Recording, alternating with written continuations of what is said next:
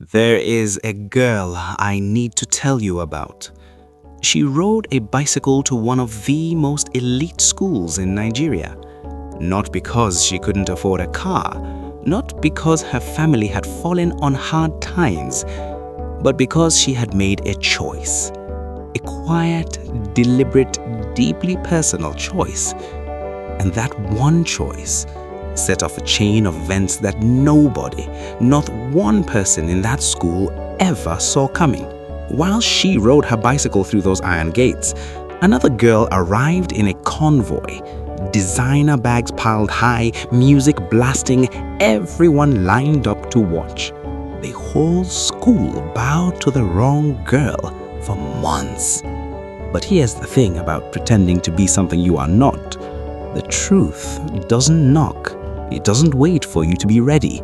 Just walks in and everything falls. Stay with me, because this story is about so much more than a bicycle and a convoy. It is about what happens when a girl who has everything chooses to be nothing, and a girl who appears to have nothing turns out to be everything. You are watching Tales by RM. If you are new here, subscribe right now and turn on your notification bell. This channel will change how you see pride, pretense, and purpose. Her name is Emily Okocha, daughter of one of the wealthiest men in Nigeria. She had just returned from years at a boarding school in the United States. And if you had passed her on the street that morning, you would not have looked twice. Simple clothes, no makeup, a worn backpack slung over one shoulder, and a bicycle. A clean, ordinary bicycle that she rode herself through the gates of Gracefield College on her very first day. Gracefield College was not an ordinary school. The fees alone could feed a family for a year. The children of senators walked those halls. The children of oil tycoons, governors' daughters, CEOs' sons, and one Emily Okocha, who arrived on a bicycle and asked nobody to make a fuss. Now let me tell you about the other girl, Sophia Obi, daughter of the Okocha family's personal driver, a girl who had grown up watching well from the outside, pressing her face against the glass of a life she was never meant to enter. But Sophia had decided somewhere along the way that watching was no longer enough. So she had borrowed, she had begged, she had spent money that did not belong to her, and she had bought herself a performance. 3 designer suitcases, a rented convoy of SUVs, a phone that cost more than her father's monthly salary. She even had someone hired to walk behind her carrying a bag, just to complete the picture. And the school? They believed every single bit of it. Every single bit. By the end of the first week, Sophia owned that school. Not because of grades, not because of talent, not because of character, but because she had the right bags and the right hair and the right way of walking into a room like she owned it. And Emily? Emily was a problem to be solved. A girl who didn't fit. A girl who ate alone in the cafeteria and read books during free period and didn't seem to care what anyone thought of her. In a school like Gracefield, that kind of calm is suspicious. Sophia saw her, really saw her. And something about Emily's peace disturbed her. So she gave her a name, Bike Girl. Here comes Bike Girl, Sophia would announce whenever Emily walked into a room, and the crowd would laugh. She told people Emily was a scholarship student, a charity case, someone the school had let in out of pity. She spread rumors about Emily's clothes, about her bicycle, about where she must have come from. She said it all with such confidence, such ease, such complete certainty, that even teachers began to look at Emily sideways. And Emily? Emily just kept reading her books, kept riding her bicycle, kept being exactly who she was. That was when Alex noticed her. Alex was the kind of student every school has one of. Wealthy, yes. Popular, yes. But also watchful. The kind of person who pays attention to what everybody else is too busy performing to see. He watched Sophia's crowd swarm around Emily in the corridor one afternoon, mocking her backpack, pointing at her shoes. And he walked through them, straight through the middle, stood beside Emily, and said calmly and clearly, "You done?" The crowd scattered. Sophia watched from across the corridor, and something behind her eyes shifted. Every year, Gracefield held its annual charity gala. It was the social event of the school calendar. Students donated publicly in front of everyone, and the biggest donor was announced from the stage. In a school like Gracefield, it had less to do with charity and everything to do with status. Sophia knew exactly what she was doing when she walked up to the podium. She had borrowed again, pulled strings, made promises she couldn't keep, all to write one number on that check: 5 million naira. The crowd erupted. Sophia stood there soaking it in. The applause, the cameras, the whispers of admiration. She had never felt more powerful in her life. And then the principal stepped back to the microphone. "We have received a second donation this evening," he said, "also for 5 million naira, from a student who has asked to remain anonymous. But school policy requires us to acknowledge it, Emily Okocha." You could have heard a pin drop in that hall. Every head turned, every eye searched, and there she was, bike girl, in her simple blouse and her flat shoes. 5 million naira. Sophia's smile froze. Her hands curled at her sides, and before the night was over, she had already started the next rumor. Sarcastic. Alex paid for it, obviously. She must be doing favors for him. There is no other explanation. Scoffs. She said it loud enough to make sure it spread. Alex heard about it the next morning. He said nothing. He just watched and waited. Drop a comment below. Whose side are you on right now? I read every single one. And if this story is gripping you, subscribe to Tales by RM. The second half is where everything explodes. There is a particular kind of cruelty that belongs only to people who are deeply, desperately ashamed of who they are. It is not the ordinary cruelty of someone who doesn't care. It is the cruelty of someone who is terrified. Terrified that the mask will slip. Terrified that someone will look too closely. Terrified of being seen. Sophia's mother came to school one afternoon. A small woman, quiet, gentle, with the kind of tired eyes that belong to someone who has walked every day of her life without complaint. She had cooked her daughter's favorite food. She had packed it carefully, labeled it with love, and taken 2 buses to deliver it personally because she wanted to see her daughter smile. She found Sophia in the courtyard, surrounded by the inner circle. "Sophia, my daughter, I brought you." Sophia cut her off before she could finish.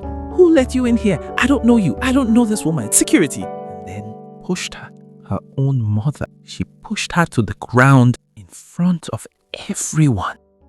The woman didn't shout. She didn't fight back. She just sat there on the ground, looking up at her daughter with an expression I cannot describe to you. The expression of a mother who does not understand what she has done wrong. Emily was the only one who moved.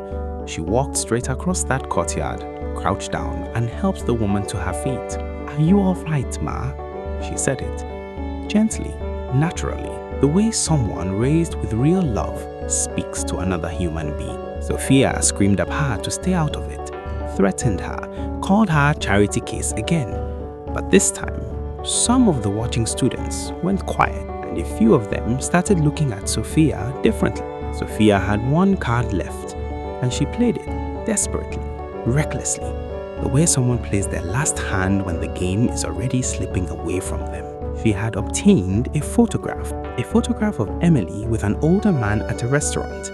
She had cropped it, manipulated it, added a caption, sarcastically, and submitted it anonymously to the dean, claiming Emily was being kept by a wealthy older man in exchange for money. Emily was summoned to the vice chancellor's office. Sophia arrived too, invited by the dean, who wanted to hear from both sides. Sarcastically, she walked in looking like she had already won, but the vice chancellor had done something Sophia had not expected. He had made one call, just one. The man in this photograph, the vice chancellor said, setting it on the table between them, is Mr. Chukwuemeka Okocha, Emily's uncle, younger brother of Mr. Daniel Okocha, the Mr. Okocha whose name is on the building we are standing in, the Mr. Okocha who funds 40% of this school's annual budget, the Mr. Okocha whose daughter is sitting right there. Sophia stared, her lips parted. Nothing came out. Emily said nothing. She didn't smile. She didn't gloat. She just looked at Sophia with an expression of something that was almost sad. Like she had seen this coming for a long time and hoped it wouldn't have to end this way. The school board met within 24 hours.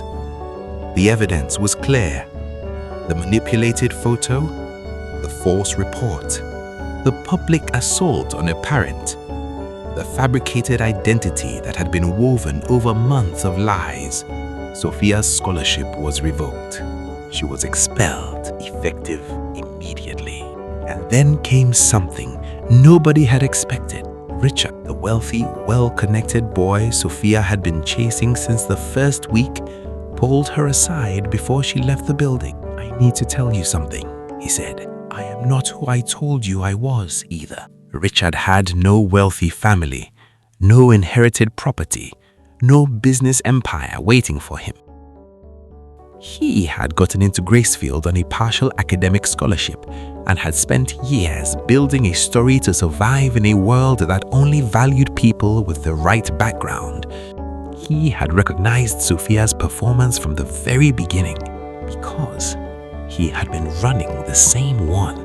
Sophia looked at him, crying, and laughed. Not the bright laugh of her performance days, a broken, hollow laugh that echoed off the walls of the corridor. She had lost everything. The status, the crowd, the school, and the two people she had spent the most time deceiving had turned out to be just as empty as she was. But Sophia was not finished. She was just beginning to burn. There is a moment in every story where someone crosses a line that cannot be uncrossed. A moment where grief turns into obsession, where humiliation curdles into something dangerous, where a person decides that if they cannot have what they want, then nobody else should have it either. Sophia found Richard. She spoke to him quietly, carefully, in the language of shared shame. She told him that Emily had ruined both of their lives, that Emily had chosen the worst possible outcome when she could have stayed quiet, that Emily owed them both something, and that she knew a way to make her pay. They planned it over 2 days. A message sent to Emily's phone, pretending to be from the school welfare office. An urgent meeting. An address that led not to an office, but to an abandoned warehouse on the edge of the city. Emily arrived, and they were waiting. What Sophia had not counted on was Alex. Alex, who had noticed Emily hadn't responded to his messages all afternoon. Alex, who had gone to the welfare office and confirmed they had sent nothing. Alex, who had immediately called her family and then the police, and then driven there himself. The security guards arrived. The police arrived. Alex arrived. And it was over. Sophia and Richard were arrested on the spot, standing in the dark of a warehouse they had chosen for the worst reason, surrounded by the very consequences of every lie they had ever told. The weeks after were quiet ones. Sophia faced legal proceedings. The charges were serious: kidnapping, criminal harassment, submission of falsified evidence to a school authority. Her father, the quiet driver who had worked loyally for the Okocha family for 15 years, stood outside the courtroom and wept. He had done nothing wrong. He had worked with honesty and dignity every day of his life. He had given his daughter everything he could, and she had looked at his life and decided it was not enough. That is perhaps the saddest part of this whole story. Emily visited him, not her father's legal team, not a representative, Emily herself. She sat with him in the small front room of their family home and told him, "Uncle Femi, the choices your daughter made are not your shame to carry. You raised her the right way. She just lost her way. That happens to people. It doesn't have to be the whole story." He held her hands and could not speak. Back at Gracefield, Emily returned to being exactly who she had always been. Quiet, grounded, riding her bicycle through the gates. Except now, the students who watched her pass didn't laugh. They stepped aside. And Alex, he fell in love, slowly and clearly, the way real things always happen. Not in a moment of drama, not in a grand gesture, but in all the quiet afternoons that came after. Studying together in the library, walking to the gates, talking until the caretaker told them the lights were going out. Two young people who had both chosen in their own ways to be exactly who they were and found each other because of it. The old house stood at the edge of the moor, its windows dark save for a single candle flickering on the third floor. No one had lived there for years, or so the village believed. But as Elias crept closer, the heavy wooden door creaked open, groaning against its rusted hinges.